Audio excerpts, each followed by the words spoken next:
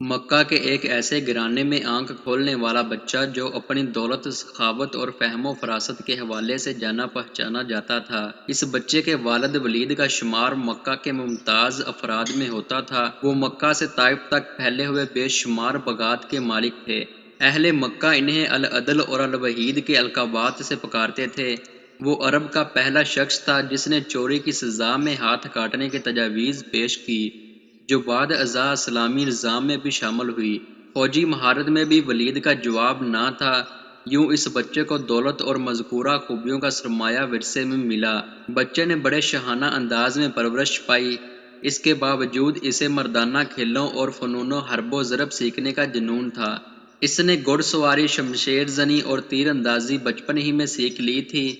کشتی اور نیزہ بازی میں بھی اس کا کوئی ثانی نہ تھا۔ لوگ اسے میدان کا جادوگر کہتے تھے۔ ان خدا داد صلاحیتوں کے مالک کا نام خالد بن ولید تھا۔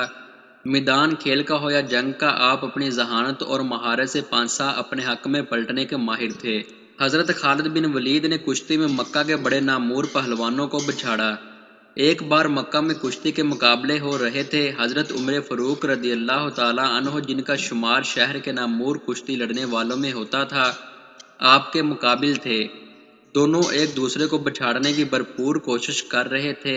مقابلہ کافی دیر جاری رہا اور فیصلہ نہیں ہو رہا تھا۔ اچانک حضرت خالد کا داؤ چلا۔ انہوں نے اپنے ماموں زاد حضرت عمر فاروق رضی اللہ تعالیٰ عنہ کو اٹھا کر پٹخا، جس سے حضرت عمر فاروق رضی اللہ تعالیٰ عنہ کی پنڈلی کی ہڈی ٹوٹ گئی اور میدان حضرت خالد بن ولید کے ہاتھ رہا۔ قبول اسلام سے پہلے حضرت خالد بن ولید اسلام کے سخت مخالف تھے۔ آپ اسلام اور مسلمانوں کو نقصان پہنچانے کی ہر ممکن کوشش کرتے اور میدان جنگ میں مسلمانوں کے خلاف پیش رہتے تھے۔ جنگ احد میں فتح یاب مسلمانوں کو شدید نقصان پہنچانے والے خالد بن ولید ہی تھے۔ ذہانت، حاضر دماغی حالات کا تجزیہ کرنے اور جنگی حکمت عملی میں آپ کو کمال حاصل تھا۔ اسی ذہانت، معاملہ فہمی اور جنگی سوجھ بوجھ نے حضرت خالد کو کچھ عرصے سے عجیب ذہنی کشمکش میں مبتلا کر رکھا تھا۔ یہ 628 عیسوی کا موسم بہار تھا۔ پودوں پر کلیاں پھول بن کر کھل رہی تھیں۔ بازاروں میں رونق بڑھ رہی تھی۔ حج کا زمانہ قریب آ رہا تھا، اس لیے عارضی دکانوں اور ٹھیلوں نے شہر میں چہل پہل بڑھا دی تھی۔ لیکن عجیب بات تھی کہ اس بار بنی مخزوم کا شہزادہ خالد کچھ اداس اور کھویا کھویا تھا۔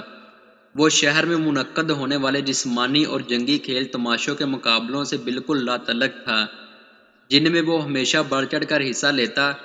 اس کی سوچ کا محور اسلام کی ہر روز بڑھتی ہوئی طاقت تھی۔ حضرت خالد بن ولید سوچ رہے تھے کہ اب تک اسلام کے مخالفین نے مسلمانوں کو میدان جنگ میں 28 بار للکارا ہے، لیکن اپنی تمام تر عددی برتری اور بہتر جنگی ساز و سامان کے باوجود ذلت اٹھائی۔ کبھی آپ کے ذہن میں جنگ بدر کا نقشہ پھرنے لگتا، جب معمولی ہتھیاروں سے لیس 313 مسلمانوں نے ابو جہل کے لشکر کو شکست فاش سے ہمکنار کیا تھا۔ کبھی جنگ احد میں مسلمانوں کی ثابت قدمی اور جانساری آپ کی آنکھوں میں پھرنے لگتی۔ آپ کا ذہن اور تجربہ بے سر و سامان مسلمانوں کے ان عظیم فتوحات کو سمجھنے سے قاصر تھا۔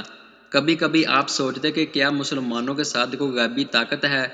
کیا محمد صلی اللہ علیہ وآلہ وسلم واقعی اللہ کے رسول ہیں؟ اسی کشمکش میں کئی ماہ گزر گئے۔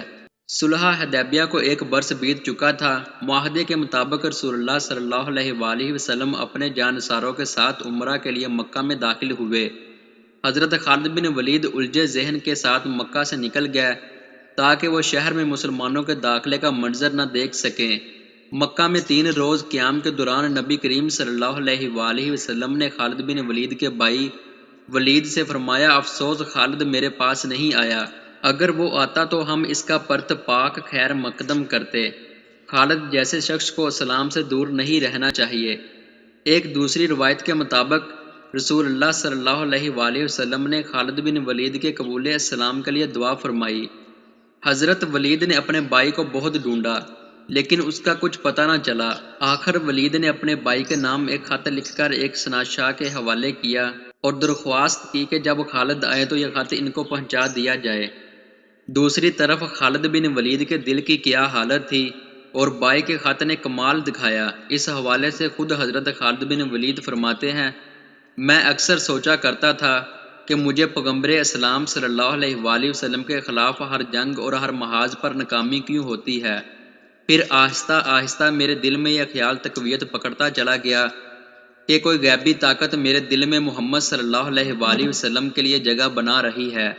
پیغمبر اسلام جب عمرہ کے لیے مکے میں تشریف لائے تو میں وہاں سے نکل چکا تھا، جس پر میرے بھائی نے مجھے خط لکھا، جس میں تحریر تھا: مجھے تعجب ہے کہ تم اسلام سے اس قدر نفرت کرتے ہو، حالانکہ تمہارے جیسا عقلمند آدمی کبھی اسلام سے دور نہیں رہ سکتا۔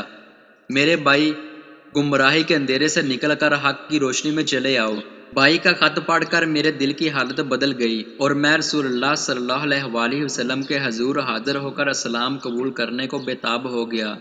حضرت خالد بن ولید کے دل کو کسی پل چین نہیں تھا۔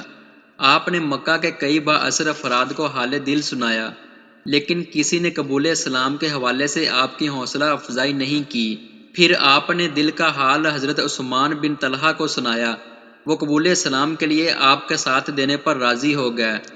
یوں حضرت خالد بن ولید اور حضرت عثمان رضی اللہ تعالیٰ عنہ حضور کریم صلی اللہ علیہ وآلہ وسلم کی خدمت میں حاضر ہونے کے لیے مکہ سے مدینہ روانہ ہو گئے۔ راستے میں ہدا کے مقام پر ان حضرات کی ملاقات حضرت عمرو بن عاص رضی اللہ تعالیٰ عنہ سے ہوئی، جو حبشہ سے آ رہے تھے۔ انہوں نے حضرت خالد بن ولید سے پوچھا، ابو سلمان کہاں کا ارادہ ہے؟ حضرت خالد بن ولید نے بتایا کہ وہ قبول اسلام کے ارادے سے مدینہ جا رہے ہیں۔ حضرت عمر بن عاص رضی اللہ تعالیٰ عنہ نے بتایا کہ وہ بھی یہی ارادہ رکھتے ہیں۔ 31 مئی 628 عیسوی کا دن اسلامی تاریخ میں بے حد اہمیت رکھتا ہے۔ اس دن اسلام کے دو عظیم جنرل خالد بن ولید اور عمرو بن عاص عثمان بن طلحہ کے ساتھ مدینہ منورہ میں داخل ہوئے۔ سب سے آگے حضرت خالد بن ولید، ان کے پیچھے عمرو بن عاص اور ان کے بعد عثمان بن طلحہ تھے۔ حضور کریم صلی اللہ علیہ وآلہ وسلم نے انہیں دور سے آتے دیکھا تو تبسم فرمایا اور اس وقت تک مسکراتے رہے جب تک یہ تینوں حضرات آپ صلی اللہ علیہ وآلہ وسلم کے پاس نہیں پہنچ گئے۔ انہوں نے آ کر خدمت اقدس میں سلام عرض کیا اور کلمہ پڑھ کر مسلمان ہو گئے۔